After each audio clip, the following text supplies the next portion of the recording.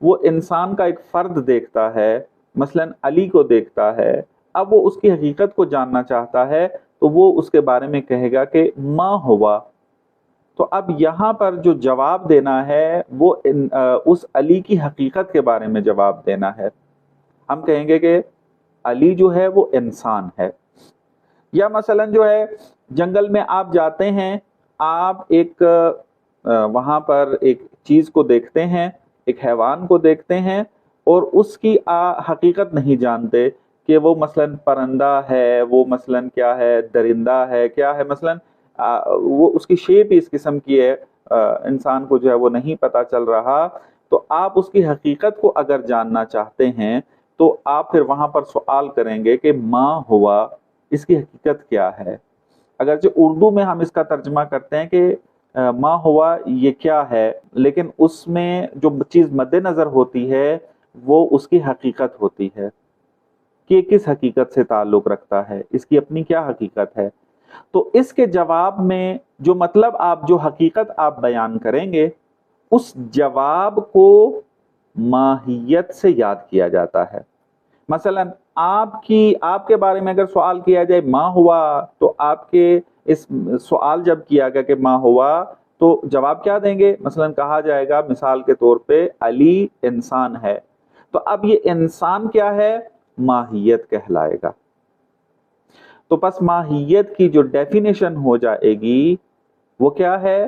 ماہیت اس کو کہتے ہیں کہ جو ما ہوا کے جواب میں آتا ہو، ما ہوا کا جواب ہو، اس کو ماہیت کہتے ہیں۔